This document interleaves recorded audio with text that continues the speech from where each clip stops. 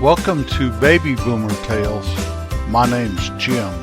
You can find us at babyboomertales.com. Once you've arrived at our website, you can visit our Boomers General Store, our Shop Tales on Amazon, a place where you can link all of our podcasts and see pictures of me in that great country in north central Colorado, Rocky Mountains.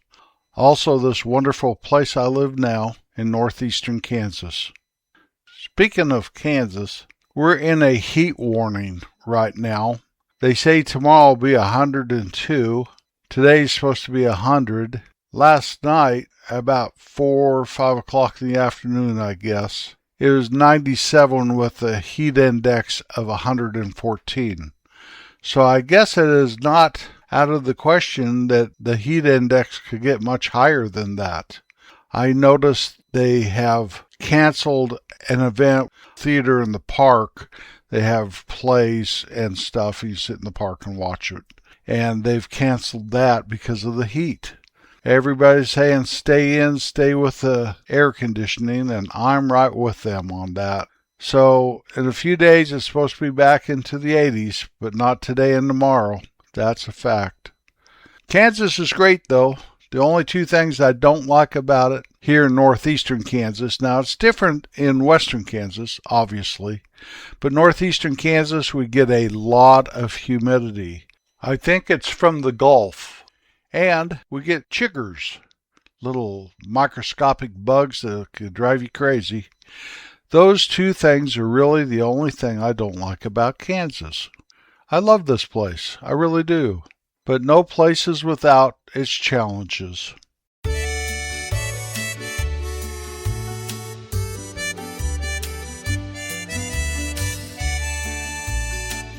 Now for the top 10 65 years ago. That is the top 10 popular songs this week in 1961. In 1961, I was 11 years old, so some of these are not familiar. They're not. But I was starting to understand that music existed. Before 61, I don't think I did. So let's go over these, and there will be some that I know. If you're a little older than me, you may be familiar with all these. Number 10, Michael, the Highwayman.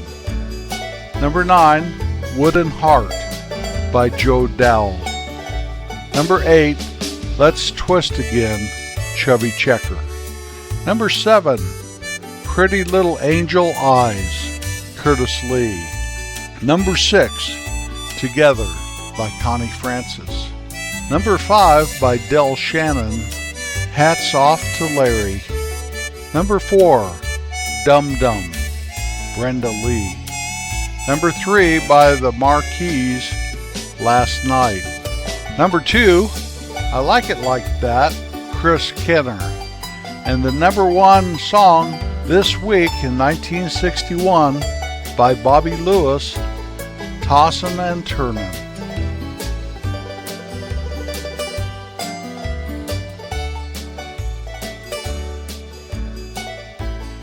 I'm going to do a little tidbit from an episode we did 7 years ago called Third Valley. So let's get on with this right now. In my old hometown, if you go from the house that I was raised in and you go directly to the north, you'll go by homes and trailers and apartments and the high school and a gravel pit, and the road is paved, and you dip down a hill and then you go up a hill, and it's scenic overlook, and you can see the highway that if you follow that highway to the north, it'll take you through the national park and come out on the other side of the Continental Divide. When I was a kid, 10 or 12 years old, and I was listening to some old podcasts here, older ones that I had done, and it seems like whenever I refer to myself as a kid, most of the time I was 10 or 12. I was never 11 or 9 or 13. I'm stuck in perpetual 10 or 12 years old. So I'm not sure how old I was. I may have been 13 or 14. But we would go back, straight back that way. And it was an old country. It wasn't even a road. It was a path that was beat down by cars or trucks. And you go back a mile or so, and there'd be an old gate across the path, across the road. And if you climbed through the fence there and kept going, you ended up in a place we called Third Valley. And Third Valley was a wonderful place for kids. There's creeks and kind of marshy land, and we used to catch frogs and take them home. And we had a little frog village, and we'd have frog races and contests to see which frog could jump the furthest. And one time I found the greatest frog in the world, and I just wanted to make him a special home. And I rooting around in my dad's garage, and I found this perfect jar for him, and it already had water in it. So I opened the lid and I put my frog in there, and the frog went through terrible spasms and killed him almost immediately. It turned out I had put him in gasoline, and I felt so bad. That was the perfect frog. I had never caught a better frog in my life. Rest in peace, frog. We used to bring home tadpoles, and those are fascinating for a 10 or 12 or 13, 14-year-old boy. Watch their progress of their little legs popping out and whatever. But my brother Don and my brother John and I would go back there, and Don was pretty young when we went back there. And I don't think we ever took my sister back there, but we would just play for hours, spend the day back in Third Valley. One time we went back there, and there's an old car just sitting out kind of in the draw, kind of in the gully there. So with much trepidation, we approached the car and looked around. There's nothing. Nobody. It was unlocked. We looked in it. It's kind of spooky. Well, for the next few weeks, we'd go back there and check out that car. I think we told some friends, maybe took them back there. We all looked at the car, wondered what the story of the car was, if the man was dead in the trunk or whatever. Somehow, one of us spilled the beans, and long story short, somebody contacted Vern, and Vern was the town marshal, and Vern went and checked it out. I got word, probably through my dad, that they couldn't find anything about the car and were just going to leave the car there. So as the summer wore on, we played around there and always checking it out, made a little fort. Then one day we came there, and a window had been broken out of the car. Who could have done this? Who could have busted up the car? Turned out that more people than just my brothers and I knew about that car. And obviously we had told some kids and taken some kids up there. But as the summer waned, I remember we started, as more windows got broken out, it was vandalized more and more, probably by older kids. That we even busted a window and started jumping on the car. And that car sat there for a couple summers. Then one day it was gone, and part of my childhood went with it. And when you drive back on that road today, there's no way you can really tell that at one time there's nothing back there. No longer a barbed wire gate shutting access to it.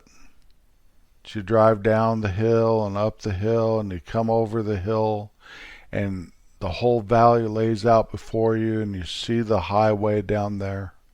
When we were little, and we did make it to the crest of that hill once, and we were amazed that that highway was there.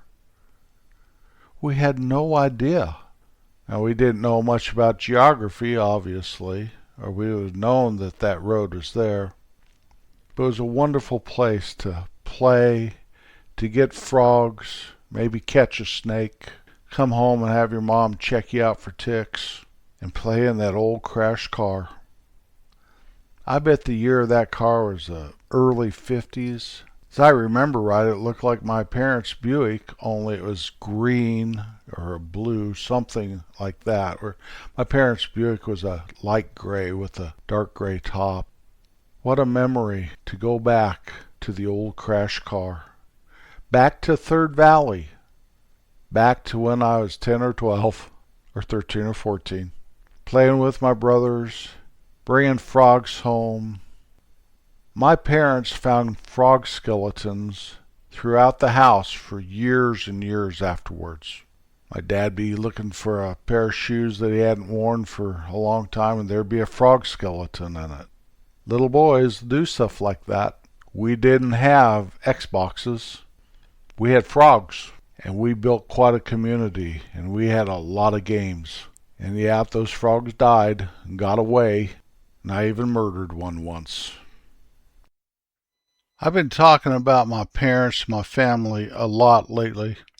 I just wanted to touch on something that's been very, very important to me all these years.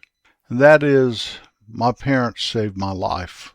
I think I've alluded to this a little bit once in a while, but when I was little, of course, they would teach me not to run out into the street, teach me not to stick the fork in the electric socket, teach me not to play behind the car. They taught me so many things that in practical purposes going to save any little kid's life. If you do not know not to somehow get up on the roof and then dive off head first when you're 3, now are your parents going to say don't climb up on the house and dive off head first? No, but they will give you practical applications to guide you on your way, to keep you from being stupid all the time. Just some of the time, you know. My parents took me swimming lessons, taught me how to swim. That could save my life someday. My dad taught me how to work. It saved my life. It did. It saved my life. That is the big tragedy of today. So many kids don't know how to work. Where are they going to be 10, 15, 20, 30 years from now? But what I want to talk about more than anything is how they literally saved my life when I was 20 years old. I was into hard drugs real bad. Real bad. It was not something that I thought I was going to happen to me or any of that stuff. But they found me standing on a street corner in Denver, strung out. They almost drove by me. I wasn't even recognizable, really. I think my mom probably figured out it was me, and they stopped, and somehow they got me in the car and took me home and got me away from the people I was hanging out with. One girl in particular that actually ushered me into a world that was so dark that I can't even explain it. And they took me home, and they put up with me going through withdrawals and abusing them and threatening them and screaming and not heeding their advice and all that stuff. And somehow, by sticking with me through thick and through thin, actually it had to be very tough on the whole family. It had to be. Now my brothers and my sister, if we ever talk about it, they never really tell me how bad I was. But I know I was. I know it. There's no doubt in my mind. I probably put my whole family at jeopardy. And somehow, the love of my family, the courage of my parents to not quit on me. Oh man. The only other person I know in this world that won't quit on you like a parent won't quit on you is Jesus. I'm never going to quit on my kids. Maybe I shouldn't say that out loud. I don't care. That's my heart.